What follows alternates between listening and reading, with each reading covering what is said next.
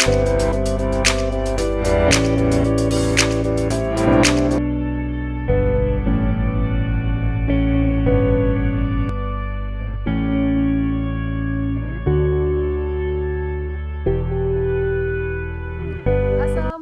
warahmatullahi wabarakatuh. Bagaimana kabarnya semua setelah sekian lama kita melaksanakan kuliah secara online ini? Langsung saja perkenalkan, nama saya Ervin Nurlaili Wulandari dengan nomor induk mahasiswa 10519179. Tujuan saya membuat video ini yaitu untuk memenuhi tugas ujian akhir semester di mata kuliah Studi Konstitusi yang diampu oleh Bapak Z. Haryanto SHMH. Sebelumnya, terima kasih banyak Bapak yang telah memberikan kami sebuah tugas yang sangat menarik, yaitu membuat video, di mana dalam video ini kami akan menjelaskan 4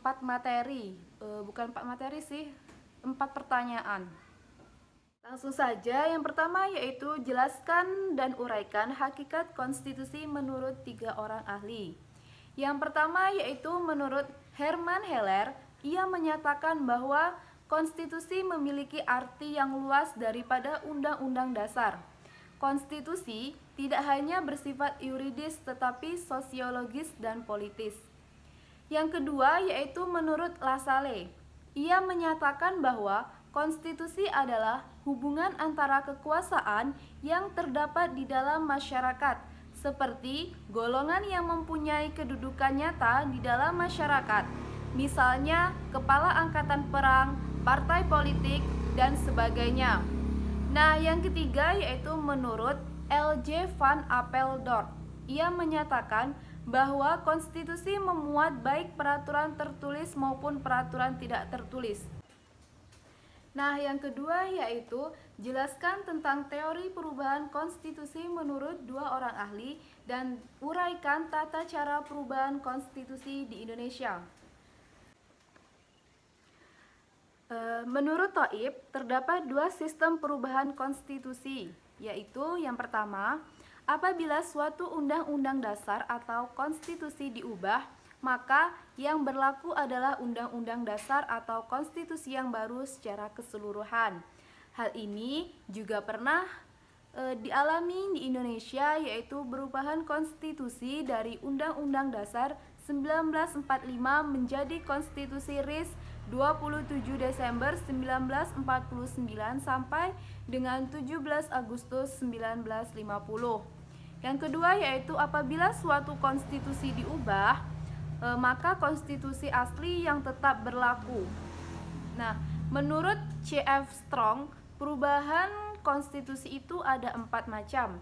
Yang pertama, perubahan yang dilakukan oleh pemegang kekuasaan legislatif menurut pembatas-pembatas tertentu. Yang kedua, perubahan konstitusi yang dilakukan oleh rakyat melalui suatu referendum. Yang ketiga, perubahan konstitusi yang dilakukan oleh sejumlah negara-negara bagian yang terdapat pada negara berbentuk serikat. Yang keempat atau yang terakhir, perubahan konstitusi yang dilakukan dalam suatu konvensi atau dilakukan oleh suatu lembaga negara. Soal yang ketiga yaitu mengenai analisa saya dalam perspektif konstitusi yang berlaku di Indonesia. Menurut analisa saya setelah saya melihat video tersebut yaitu bahwa kebijakan yang diambil oleh Ibu Sri Mulyani itu sangat bijak sekali dalam memperbaiki NKRI di masa pandemi ini, di mana Ibu Menteri lebih mementingkan perekonomian rakyat daripada kepentingan para elit, karena para anggota MPR juga selama ini telah maksimal menikmati fasilitas negara dengan baik, dan semua adalah menggunakan uang rakyat.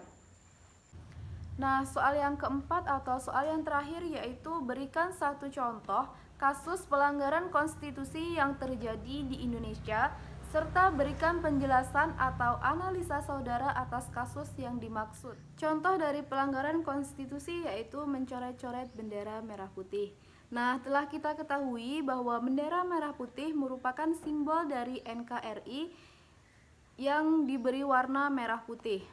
Ini merupakan simbol terbesar bangsa Indonesia setelah bahasa dan kebudayaan yang beragam.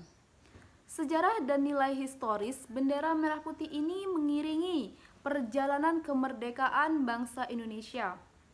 Sehingga tidak heran jika bendera ini memiliki nilai yang sakral dan amat dihormati. Nah, oleh karena itu, tindakan seperti mencoret-coret bendera merah putih itu termasuk ke dalam salah satu contoh pelanggaran terhadap konstitusi. Mengapa demikian?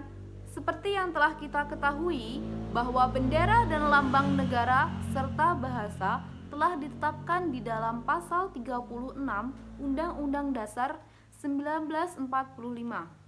Segala bentuk perbuatan yang dikategorikan melecehkan keberadaan bendera negara adalah merupakan bentuk pelanggaran konstitusi. Baiklah, sekian penjelasan dari saya. Terima kasih banyak kepada teman-teman yang telah menonton. Sehat selalu, saya ucapkan wassalamualaikum warahmatullahi wabarakatuh.